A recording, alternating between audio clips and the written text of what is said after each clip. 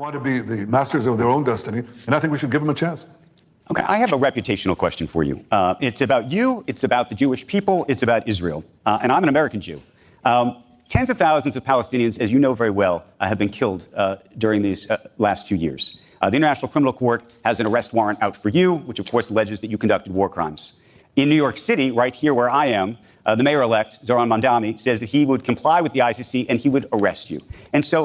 And this is sort of where I wanted to start this conversation in so many ways. There's this split screen, which is that you have accomplished so much on a military scale to the great success, I believe, of Israel and possibly the Middle East long term. But in the process, there's an argument that you have lost large swaths of the world. And how do you think about that? And how do you come back from that? Well, let's parse it out. First, the victory of Israel is the victory of the courageous soldiers, the sons and daughters of Israel, who go to the battlefield to fight not only for ourselves, but by removing Iran's nuclear threat.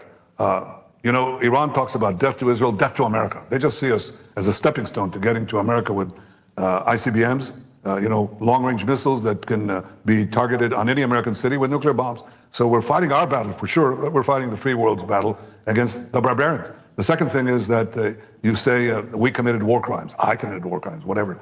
I guess look, I would say that no army has done what Israel has done to try to get civilians out of harm's way, and Hamas has done everything in its power to keep civilians in harm's way. We tell them, please get out of a combat zone, and they shoot. Hamas shoots civilians who try to leave in order to get casualties, in order to get the propaganda effect that you're talking about, which is obviously very bad. It's debilitating and it's bad.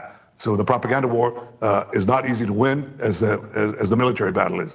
How do we deal? And then they accuse us of war crimes. Fine, let's deal with that quickly.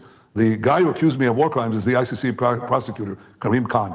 He was about to come to Israel. He said Israel has a great judicial system, independent judicial system, and he was going to work with us to clear out all these fake charges that were against us. The day that he's supposed to come here, he cancels the meeting.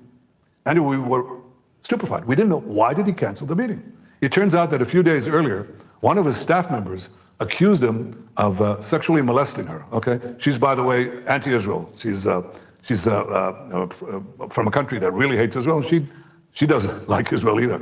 And then other charges surfaced. He thought the best way of getting out of this is bashing Israel and bashing me. So now he's been suspended. So much for these war crimes. So now the larger question you ask is, how come it's so easy to do? How come you can bash Israel so easily? When the facts are that Hamas, comes into our country, invades our country, kills, murders our people, beheads men and women, rapes women, and then does horrible things that I can't even describe, takes hostages, and Israel is being blamed for fighting a war that, in ways that no army has fought. I think Churchill, would have been accused of stupendous war crimes. We don't carpet bomb. We don't do Dresden. We don't do any of that. We send our soldiers, some of whom die, trying to clear out these booby traps that Hamas has put in. So how come Israel is getting bashed so quickly? How come? And that's the question. Irrespective of whether you think you have done it right or wrong, there are people, including the mayor-elect of this city, who has questioned whether Israel should exist, and especially what you have done over the past 2 years. Despite what you have done, does it almost matter what you've done? I'm saying at this point in the situation, how do you restore that trust, if you can, in Israel and in yourself? Andrew, my father was a great historian of medieval Spain and the Inquisition, and he wrote a lot about anti-Semitism. And he basically said, and I think you can verify this easily, that anti-Semitism has been with us for several millennia, okay?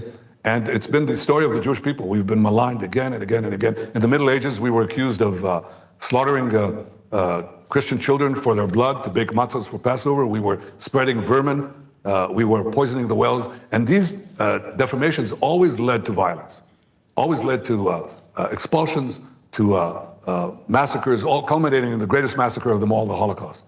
What has changed with Israel is not the disappearance of anti-Semitism, because the same lies that were leveled at the Jewish people are now being leveled at the Jewish state. There was a respite after the Holocaust, but it was only a brief interlude. So it's come back with full force. What has changed is not the vilification, but our ability to defend ourselves against those would-be annihilationists who want to destroy us and wipe us off the map. That we do. We defend ourselves on the battlefield courageously, with incredible courage and incredible innovation and brilliance. But at the same time, we recognize, and I recognize, that we have a battle for the truth. We have a battle for the future with bots. You know, they just buy these bots, put them into into the cell phones that are, by the way, produced by Israel, these cell phones, many of them, and they just brainwash entire generations of youth. And yes, we have a problem there, and we'll have to fight this battle and use all our inventiveness, all our creativity to fight this battle. But one of the ways to dissipate this is to end the war quickly, which is what I'm trying to do. Let me ask you a separate